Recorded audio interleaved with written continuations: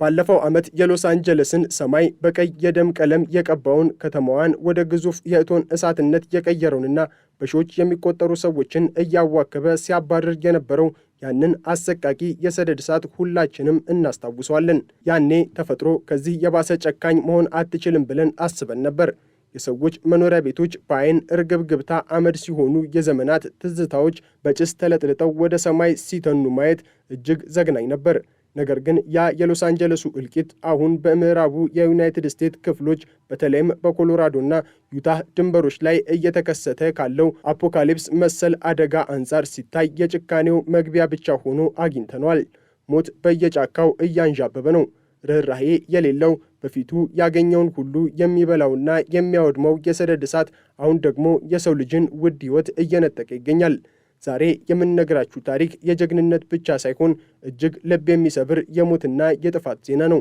በኮሎራዶና ዩታህ ግዛቶች ድንበር ላይ ስናይደር ፋየር በሚል ስያሜ የሚታወቀውና በከፍተኛ ፍጥነት እየተስፋፋ ያለው የሰደድ እሳት የሶስት ጀግና የነፍስ አድን ሰራተኞችን ሕይወት በአሰቃቂ ሁኔታ ቀጥፏል።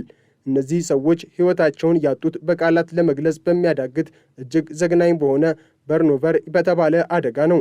በነፍስ አድን ሥራ ቋንቋ በርኖቨር ማለት እሳት አጥፊዎች እሳቱን ለመቆጣጠር እየሞከሩ ባሉበት ሰዓት እሳቱ ባልታሰበ ፍጥነት አቅጣጫውን ቀይሮ በድንገት ሲከባቸውና ማምለጫ መንገድ ሙሉ በሙሉ ሲዘጋባቸው የሚፈጠር አሰቃቂ ሁኔታ ነው። በዚህ ቅጽበት የሙቀቱ መጠን ብረትን እስከ ማቅለጥ ይደርሳል። ኦክስጅን በአካባቢው ላይ ሙሉ በሙሉ ይሟጠጣል። መተንፈስ አይቻልም። እነዚህ ሶስት ጀግኖችም ማምለጫ ቀዳዳ አጥተው በነበልባሉ መሃል ተቆልፈው ቃል በቃል በእሳት ተበልተው ነው ሕይወታቸው ያለፈው። አስቡት፣ ሰዎችንና ተፈጥሮን ለማዳን የገቡበት ጫካ የራሳቸው መቃብር ሆኖ ቀረ። ዩኤስ ዋይልድ ላንድ ፋየር ሰርቪስ ባወጣው መግለጫ ሌሎች ሁለት እሳት አጥፊዎችም ከዚሁ የሞት ቀለበት ውስጥ በከፍተኛ የቃጠለው ቁስለት ተርፈው በሆስፒታል የሞትና የሕይወት ትግል እያደረጉ መሆኑን አስታውቋል። በዚህ እጅግ ፈታኝና የሐዘን ጊዜ ትኩረታችን ሙሉ በሙሉ ያረፈው ሕይወታቸውን ላጡት ጀግኖች ቤተሰቦች፣ ጓደኞችና የሥራ ባልደረቦች ድጋፍ መስጠት ላይ ነው ብሏል ተቋሙ በሰጠው ልብ ሰባሪ መግለጫ። ነገር ግን እነዚህን ጀግኖች የበላው እሳት አሁንም አልጠገበም። እሁድ ጠዋት ላይ ብቻ ከ28,000 ሄክታር በላይ መሬትን ያወደመው ይህ እሳት አሁንም በከፍተኛ ኃይል ወደፊት እየገሰገሰ ነው። የኮሎራዶ ገዢ ጃሬድ ፖሊስ እሳቱን ከዩታ ድንበር ተሻግሮ ወደ ግዛታቸው መግባቱን ተከትሎ በሜሳ ካውንቲ የአደጋ ጊዜ አዋጅ አውጇል። የክልሉ ብሔራዊ ዘብ ወደ ስፍራው እንዲንቀሳቀስም ትዕዛዝ ሰጥቷል። ነገር ግን ችግሩ ያለው እሳቱ ላይ ብቻ አይደለም። ተፈጥሮ ራሷ ከእሳቱ ጋር ያበረች ይመስላል። የብሔራዊ የአየር ንብረት አገልግሎት አርብ ዕለት በታሪክ ታይቶ የማይታወቅና እጅግ ከፍተኛ የሆነ የሰደድ እሳት አደጋ ማስጠንቀቂያ ሰጥቶ ነበር። በተለይ ፎር ኮርነርስ በመባል የሚታወቀው ቀጠና ደረቁ አየርና በሰዓት ከ30 እስከ 60 ማይል የሚገፋው ኃይለኛ ነፋስ ምክንያት ሁኔታው እጅግ አደገኛና ገዳይ ደረጃ ላይ መድረሱን አስታውቆ ነበር። ይህ ነፋስ ለእሳቱ እንደ ቤንዚን ነው የሆነው። የዩታህ የደን ልማት ዳይሬክተር ጄሚ ባርንስ ለሲኤንኤን እንደተናገሩት ይህ ኃይለኛ ነፋስ እሳቱን ከማራገብ አልፎ እሳት አጥፊ አውሮፕላኖች ውሃ ይዘው ወደ ስፍራው እንዳይበሩ ትልቅ እንቅፋትን ፈጥሯል። አውሮፕላኖቹ መብረር ባለመቻላቸው እሳቱ ያለ ገደብ ሲንቀለቀል ቆይቷል። ከዚህ በተጨማሪም ጎልድ ማውንቴን ፋየር የተባለ ሌላው እሳት በኮሎራዶ ኦሬ ካውንቲ ውስጥ በሚገኝ ገደላማ ሻካራ መሬት ላይ የተቀጣጠለ ሲሆን ይህኛው እሳትም በፍጥነት እየተስፋፋ በመሆኑ የአካባቢው ነዋሪዎች ንብረታቸውን ጥለው በአስቸኳይ እንዲለቁ ጥብቅ ትዕዛዝ ተላልፏል። አሁን ይህ ሄሊኮፕተሮችና አውሮፕላኖችን ጨምሮ የፌዴራልና የክልል የነፍስ አድን ኃይሎች ወደ ስፍራው እየተመሙ ነው። ይህ ሁሉ ጥፋት የተከሰተ ያለው ዩናይትድ ስቴትስ 250ኛውን የነጻነት በዓሏን ልታከብር ዝግጅት ላይ ባለችበት ሰዓት ነው። ዩታ ግዛት ታሪካዊ በሆነ ድርቅ እየተመታች መሆኑና በመቶዎች የሚቆጠሩ የሰደድ እሳቶች በተመሳሳይ ጊዜ እየተነሱ የሀገሪቱን የነፍስ አድን አቅም እያሟጠጡት ስለሆነ የዩታ ገዢ ስፔንሰር ኮክስ በሚያስገርም ሁኔታ የነጻነት በዓል ርችቶች ሙሉ በሙሉ እንዳይተኮሱ እገዳ ጥለዋል። የዩታ ነዋሪዎች የጁላይ 4ን በዓል ከቤተሰቦቻቸው ጋር ርችት እየተኮሱ ማክበር እንደሚወዱ አውቃለሁ። እኔም እወዳለሁ። ግን የዘንድሮ ዓመት የተለየ ነው ብለዋል። አክሎም የሁኔታውን አስፈሪነት ሲገልጹ አሁን እያየነው ያለው የእሳት ባህሪ በሕይወት ዘመናቸው ብዙ ያዩና እጅግ ልምድ ያላቸው እሳት አጥፊዎች እንኳን በሕይወታችን እንዲህ አይነት ነገር አይተን አናውቅም ያሉለት አሰቃቂ ክስተት ነው። ነገሩ ምን ያህል ከቁጥጥር ውጪ እንደሆነ ለመረዳት በሶልት ሲቲ የሚገኘው የብሔራዊ የአየር ንብረት አገልግሎት ቢሮ በታሪኩ ለመጀመሪያ ጊዜ በተለየ ሁኔታ እጅግ አደገኛ የሚል ቀይ የጥንቃቄ ደውልን አሰምቷል።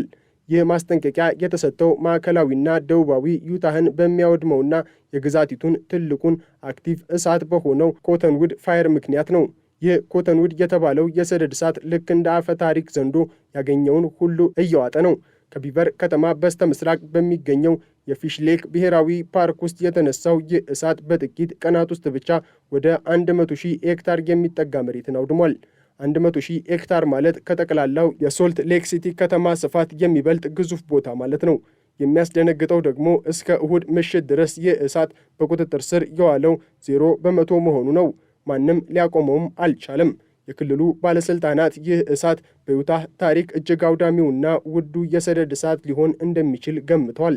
በአሁኑ ሰዓት 1200 የሚሆኑ የነፍስ አድን ባለሙያዎች ይህንን ግዙፍ እሳት እየታገሉ ይገኛሉ። ነገር ግን የሟቾች ቁጥር እንዳያሻቅብ በሚል ፍርሃት እሳት አጥፊዎቹ እጅግ ጥንቃቄ እንዲያደርጉ ጥብቅ ማስጠንቀቂያ ተሰጥቷቸዋል። ሁልጊዜም ደህንነት ይቀድማል። የሆነ ልክ ያለው ነገር ከተሰማቸው ወይንም አደጋ ካዩ ወዲያውኑ ትተው ወደ ደህንነቱ የተጠበቀ ቦታ እንዲያፈገፍጉም ነግረናቸዋል ስትል የአደጋ ጊዜ አስተዳደር ቃል አቀባይ አሊሳ ሜሰን ተናግራለች። ጥፋቱ ግን ተፈጥሮን በማውደም ብቻ አላበቃም።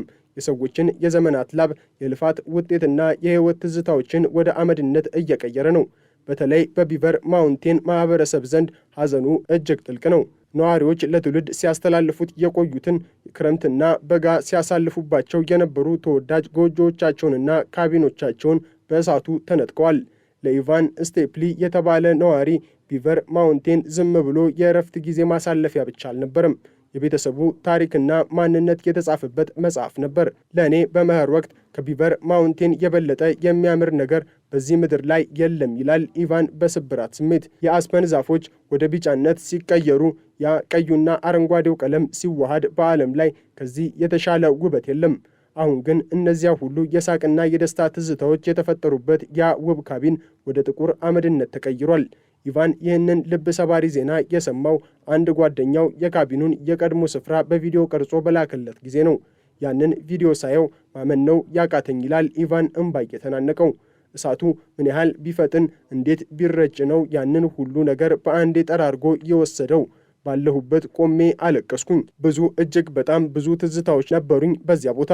የኢቫን ታሪክ የብዙዎች የአካባቢው ነዋሪዎች የጋራ ሐዘን ነው። እሳቱ የኢኮኖሚ አውታሮችንም አልማረም።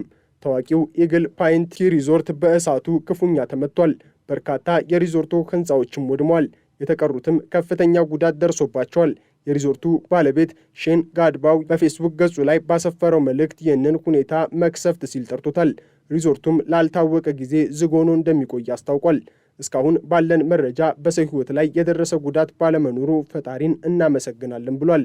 ሐሙስ ዕለት ሪዞርቱ ያጋራው ፎቶግራፍ በጥቁር አመድና በተቃጠሉ ዛፎች መሃል ተገትረው የቀሩ ጥቂት ሕንፃዎችን ያሳያል። የአካባቢው የጦርነት ቀጠና መስሏል። ነዋሪዎች እሳቱ ወደ መንደራቸው እየተጠጋ ሲመጣ አርብ ዕለት በፒዩት ካውንቲ ተሰብስበው ነበር። ከሩቅ የነበልባሉ ብርሃን ይታያል። ሸለቆ በጭስ ታፍኗል። በዚያ ስብሰባ ላይ ግሬት ቤዚን ቲም 5 ከተባለው የነፍስ አድን ቡድን የመጣው ኒክ ሼንክ ሰኞ ዕለት ከእሳቱ ጋር ስላደረጉት ትግል ሲናገር ሁሉም በለቅሶ ታጅቦ ነበር ያዳመጠው። እኛ ማድረግ የምንችለውን ሁሉ አድርገናል። ያለንን አቅም ሁሉ ተጠቅመናል። ሊረዱን የሚችሉ አካላት ሁሉ ተማጽነናል። ነገር ግን እሳቱ እጅግ ግዙፍ በመሆኑ ማድረግ የቻልነው ብቸኛ ነገር ሰዎችን ከእሳቱ መንገድ ሸሽተው ሕይወታቸውን እንዲያተርፉ ማድረግ ብቻ ነበረ ብሏል። ይህ ንግግር የሰው ልጅ ከተፈጥሮ ቁጣ ፊት ምን ያህል ደካማና አቅመቢስ እንደሆነ በግልጽ የሚያሳይ ነው። እልቂቱ በዚህ አላበቃም። አሁንም ተጨማሪ የሰደድ እሳቶች እንደ አሸን እየፈሉ ነው። በደቡብ ምስራቅ አቅጣጫ ባቢሎን ፋየር የተባለው እሳት በ24 ሰዓት ውስጥ ብቻ ከ300 ሄክታር ተነስቶ ወደ 16000 ሄክታር አሻቅቧል። እሳቱን መቆጣጠር ስላልተቻለም ማንቲላሳል ብሔራዊ ደን ለሕዝብ ክፍት የሆኑ መንገዶችን በሙሉ ዘግቷል። በሰሜን በኩል ደግሞ የአይረን ፋየር 40,000 ሄክታር በላይ መሬት አውድሞ ነዋሪዎችንም አፈናቅሏል። አርብ ጠዋት በመብረቅ ምክንያት የተነሳው የቼሪ ፋየር ከ30,000 ሄክታር በላይ ሲበላ ዋይልድ ጉዝ ፋየር የተባለው ሌላኛው እሳት ወደ 11,000 ሄክታር የሚጠጋ መሬትን አቃጥሏል። በአጠቃላይ ዩታህና ኮሎራዶ አሁን ላይ በእሳት ባህር ውስጥ እየዋኙ ይገኛሉ። ህገወጥ ድርጊት ፈጽመው ለዚህ ሰደድ እሳት መነሳት ምክንያት የሆኑ ግለሰቦች ቢገኙ ከባድ የወንጀል ክስና የካሳ ክፍያም እንደሚጠብቃቸው ባለስልጣናት አስጠንቅቀዋል። እሁድ ምሽት ላይ ትንሽ ቀዝቃዛ አየር ወደ ቀጠናው በመግባቱ ምክንያት ለእሳት አጥፊዎቹ ትንሽ ተስፋን ፈጥሯል። የሙቀቱ መጠን መቀነሱ የነፍስ አድን ስራውን ቢያግዘውም በቀጣዮቹ ቀናት እርጥበቱ እንደገና ስለሚቀንስና ነፋሱ ስለሚመለስ አሁንም ስጋቱ ከፍተኛ ነው። በሎስ አንጀለስ ያየነው አሰቃቂ ጥፋት ዛሬ ላይ በኮሎራዶና ዩታህ ደኖች ውስጥ ተመልሶ ተደቅኗል። የሶስቱ ጀግኖች ህይወት ማለፍ፣ የእነዚያ ውብ ካቢኖች ወደ አመድነት መቀየርና በመቶ ሺዎች የሚቆጠር ሄክታር መሬት መውደም፣ ይህ ሁሉ የሚያሳየን አንድ ሀቅ ቢኖር ተፈጥሮ ስትቆጣ ማንም ሊያቆማት እንደማይችል ነው። አሁንም እሳቱ አልጠፋም። አሁንም ጀግኖች ከሞት ጋር እየታገሉ ነው። አሁንም ነዋሪዎች ቀጣዩን ጥፋት በስጋት እየጠበቁ ነው። የዚህ አሰቃቂ የእሳት አደጋ መጨረሻ ምን ሊሆን እንደሚችል ጊዜ ብቻ የሚመልሰው ይሆናል።